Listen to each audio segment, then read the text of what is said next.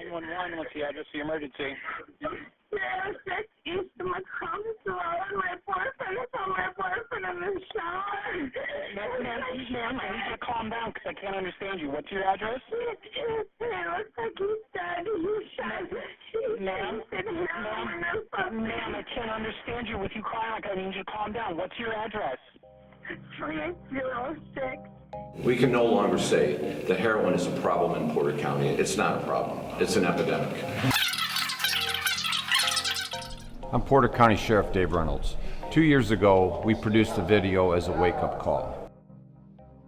As a sheriff, it was my responsibility, I felt, to communicate to the public that we did not have a problem, but we had an epidemic. And I think it's imperative that we acknowledge, now that we have the attention of the public, we're challenging the community to respond, because we need the community's response. You know, the numbers are the numbers. They're not going down, and there's a reason for that. Because of the emergence of fentanyl, without question, has made it more dangerous. But the community needs to understand this, and that's the purpose of this video. The purpose of this video, quite frankly, is to make sure that we get to the students and empower them to make the right decision. But it's also for the parents and the grandparents, because they need to take accountability. If they're raising their children, they need to be parents. They need to know where their kids are. They need to know what they're doing every day. They need to know who they're with and what time they're going to be home. If you do drugs, if you do heroin, then only bad things are going to happen to them. 911. What's going on there? My daughter OD. You think your daughter OG? Yeah, she's still down, vomit and everything. My name is Christian Enyart. Went to Valparaiso High School. I've approximately been in jail about 17 times. I would have graduated from Valparaiso High School, but I received my GED incarcerated here. I was 3 months from graduation. I had most of my credits and everything. Had enlisted in the military and everything. And I caught my first 3-4 felonies. In that 2 years, I lost my mom.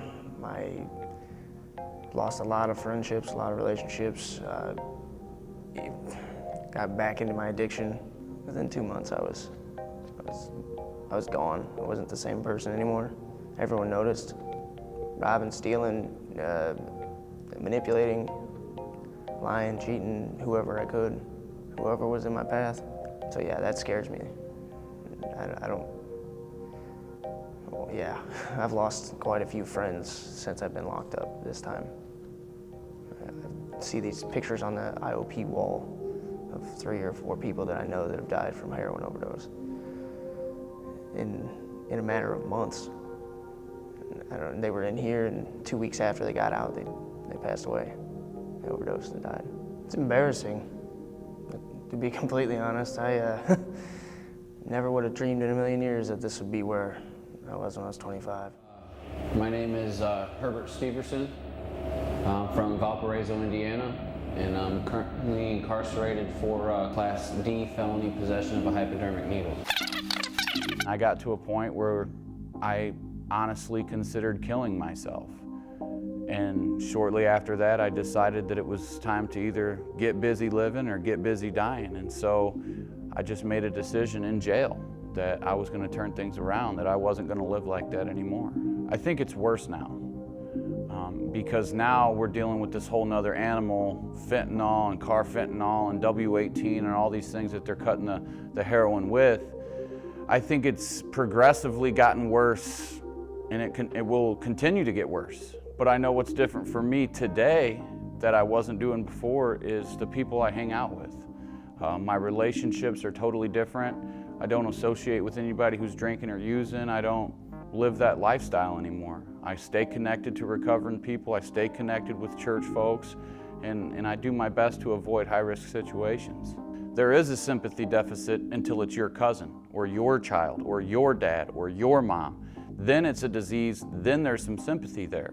You know, so one thing I try to do when I'm talking at churches or different groups, family groups, whatever, is I let them know that, hey, you're not immune to this. It doesn't matter if you live in Shorewood Forest or a trailer park. It does not discriminate. It can happen to you. You know, do I think that I wasted my life? No. I have some valuable experience to share with other families, share with other addicts that, hey, this is the life that I lived and this is the life I'm living today, and hopefully get somebody out of that long goodbye. My name's Robert from Valparaiso.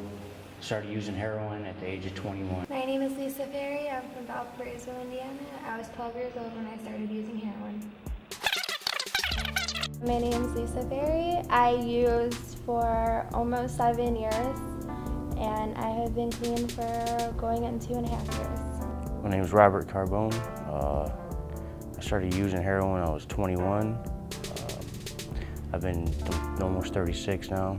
I've been clean off heroin since January 2014. I'm Jeremy Robinson. I've used all types of drugs off and on for the last 20 years. I'm 35 now.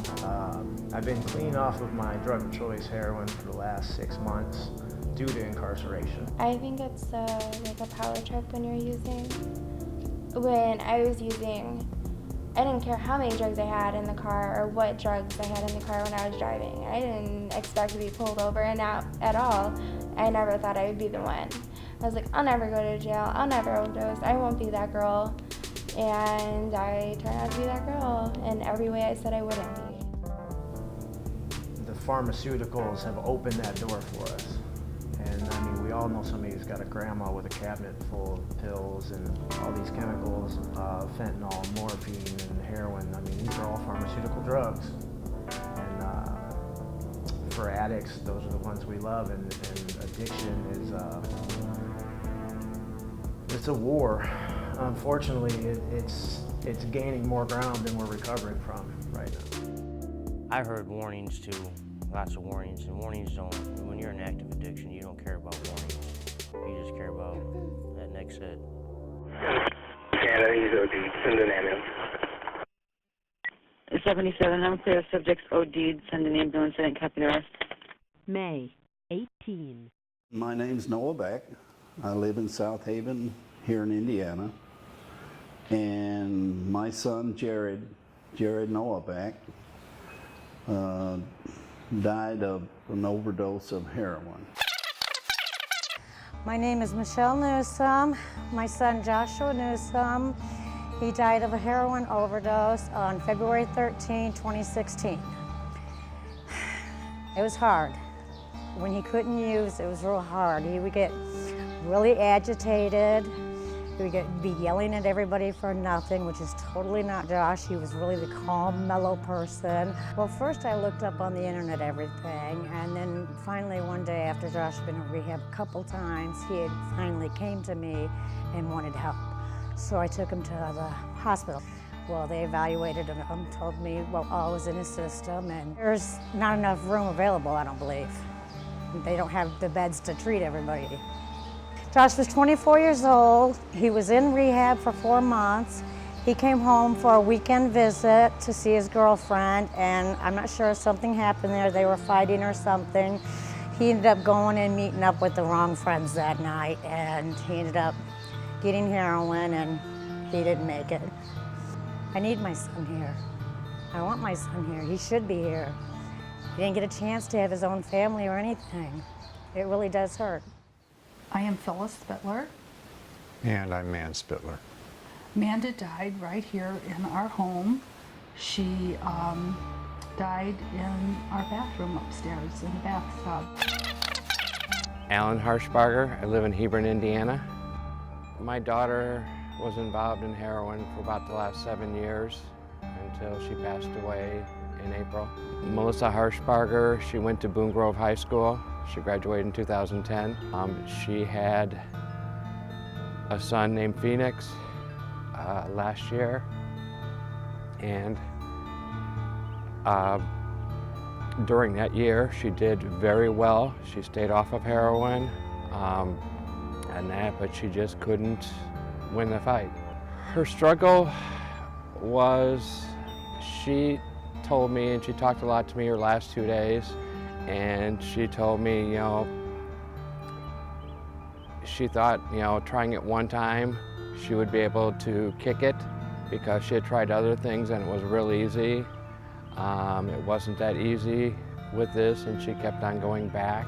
We're assuming because they found a needle out there that she overdosed. She probably took her regular, probably took her regular strength of heroin, which normally would kill anybody. And she had been clean for, I want to say, 8 days then of anything, because she had gone into treatment. I stayed with her in a hotel for 2 days, and then somebody picked her up and had given her some, and we had found her in our shed on a lawn tractor, fallen over, and just the only thing I could say is get them help, and I think getting them away from where their friends are or their associates that they deal, they're dealing with in that would probably be their only chance of hope. Coming back to this area every time, that was her downfall. 911, Dan, what's the emergency there? I think my daughter's in the shed dead. How old is she? She's laying over a crack. She's 28. 28, okay. Did she appear to be breathing? No. No? Okay. Okay. I'm Officer Winterhaller with the Porter County Sheriff's Department. I serve on the heroin overdose response team. I am a second-class patrolman. What the team does is when we get a call of an overdose or a potential overdose, it doesn't matter what level, fatal, non-fatal, we're responding. When I first got on, I could tell you that I didn't know too much about heroin. I wasn't an expert. I'm not trained in chemicals or any type of drug scenarios.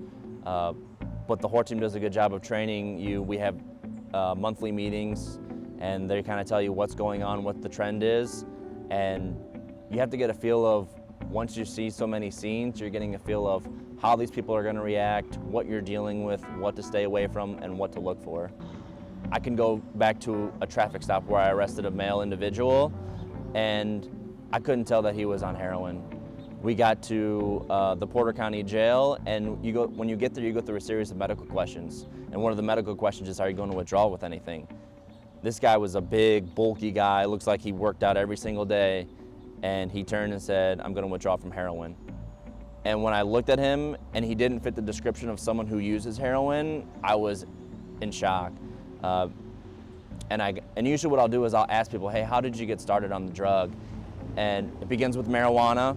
And this specific individual worked construction, got hurt, was prescribed opiate medication, and he got hooked onto heroin following after he was not prescribed the medication anymore. I would say, do not do it. Don't even touch it. You don't know what it is. You don't know what's in it. I understand that you're trying to chase a high. You're hanging out with your friends. There's peer pressure. There's all kind of variables that can happen when you're at a house or in a car and the people providing you these drugs. Do not touch it, because once you touch it, you're going to be addicted. And the way I look at it is, it's a ticking time bomb. Your time is limited when you're addicted to heroin. It's inevitable that most likely you're going to die. She's about, I think, 30 years. My daughter-in-law, she's 37. Okay. All right. Okay, thank you. Okay, she's not conscious. My name is Chuck Harris on the Porter County Coroner. We're right now in Porter Regional Hospital morgue. This is where the autopsies are taken to be performed here. There's not a police agency out there that goes to every single overdose scene. It's only the coroner's office that gets to see the full scope of the problem here in our county.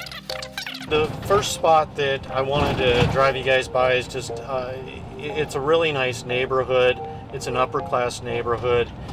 I think it's important that people understand, because they have this picture in their mind, that heroin only affects a certain class of people. And, you know, unfortunately in my job, I definitely get to see how it affects everybody from every age range, from every socioeconomic range as well. Last year we had, I think the age range was 17 to 57. I think everybody in law enforcement will tell you that heroin can be gotten in our community very easily. They started putting in fentanyl into the heroin that we're seeing in our communities. And for those people that don't know what fentanyl is, it's an opioid, a synthetic opioid.